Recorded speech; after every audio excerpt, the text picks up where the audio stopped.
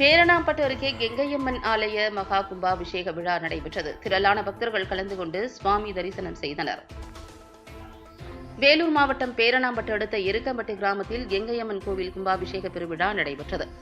கும்பாபிஷேக விழாவினை முன்னிட்டு ஞாயிற்றுக்கிழமை மாலை திருவிளக்கு வழிபாடு, புனித நீர் வழிபாடு, ஐங்கரன் வேள்வி, நிலத்தேவர் வழிபாடு, முலைப்பாளிகை தீர்த்தம், ஊர்வலமாக எடுத்து வருதல், காப்பணி வித்தல், திருப்பள்ளி எழுச்சி, தமிழ் முறையில் திருமுறை விண்ணப்பம், இசை விண்ணப்பம் உள்ளிட்ட நிகழ்வுகள் நடைபெற்றன.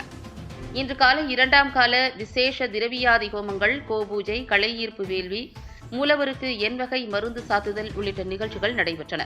பின்னர் திருக்கலசங்கள் சிவாச்சாரியார்கள் ஊர்வலமாக எடுத்து சென்று விமான கோபுரம் மற்றும் மூலவருக்கு புனித நீரை ஊற்றி கும்பாபிஷேகம் செய்தனர். அங்கு கூடியிருந்த பக்தர்களுக்கு புனித நீர் தெளிக்கப்பட்டது.